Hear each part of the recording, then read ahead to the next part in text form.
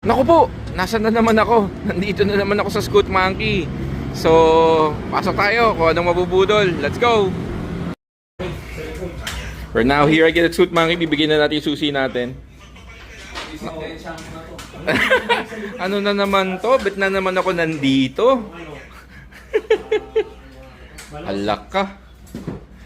Yeah, we're now here again at Scoot Monkey and another weekend, another budol with Boss Jasper.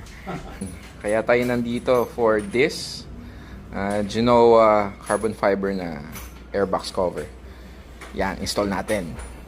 Ito nga pala si Boss. Ayan, may tinatawagan na. May binubudol din. Ayan, yan po ebidensya.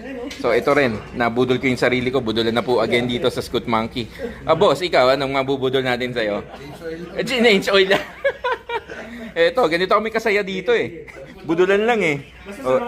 So let's check out the details of the airbox cover ng Genoa. Ayan, ang ganda ng mesh na butas niya dito for the RAM intake.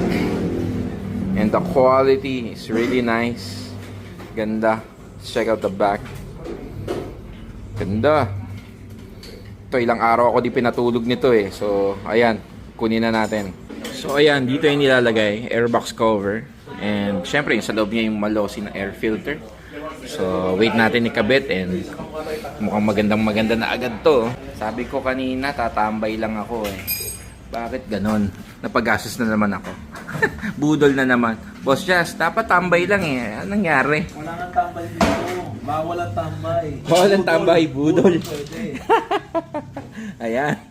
Hindi pwedeng walang upgrade pag dumamay na Scoot Monkey. Damay-damay to. Dami-dami na to. Hindi pwedeng stock. Stock is dead. Stock is dead. Stock is for the weak. Oy, we got that on tape. Ayan, kabit na natin yung Genoa. There you go. Ganda. Naskita siya compared dun sa level 10. It's all about the details pati yung nakita mo pati yung branding niya nandun, butas nandun. Ganda. Very Kailangan upgrade.